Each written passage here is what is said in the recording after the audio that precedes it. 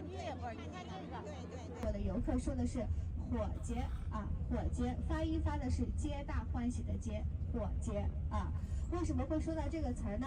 因为举的是头纺锤，就是女性纺线所手工具和梳头发所使的木梳，为了方便保存，以及被收藏在博物馆里边。首先看一下。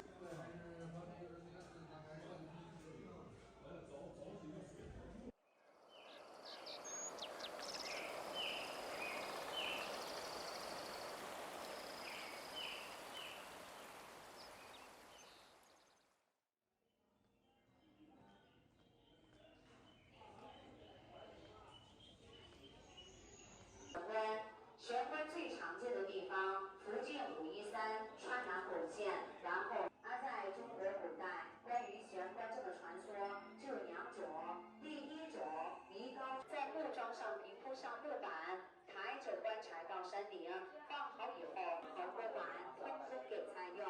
但是它有局限性，它需要大量的人力和物力资源。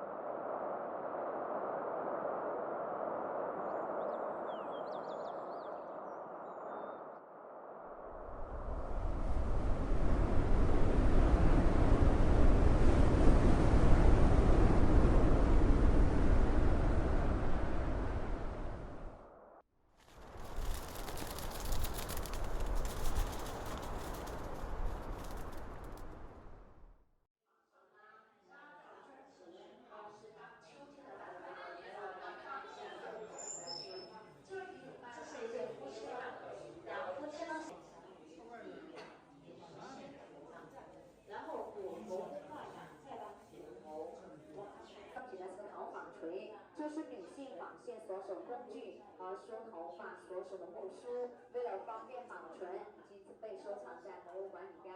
首先看一下骨头捡起来干净，然后再把它们合葬到一起。虽然它们生前都是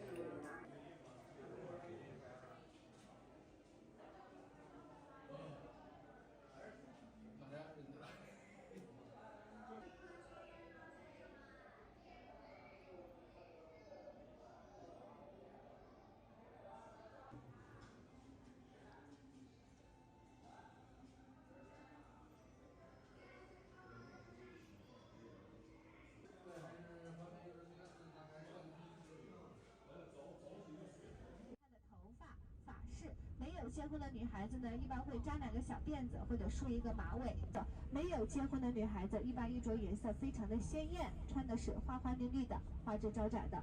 那么结了婚，因为这个小妹子的下半身跟女子的腰身一样纤细，我们就称她为小蛮腰。也不要害怕，你就跟着土家族的幺妹去吊脚楼的2楼去换一身新郎。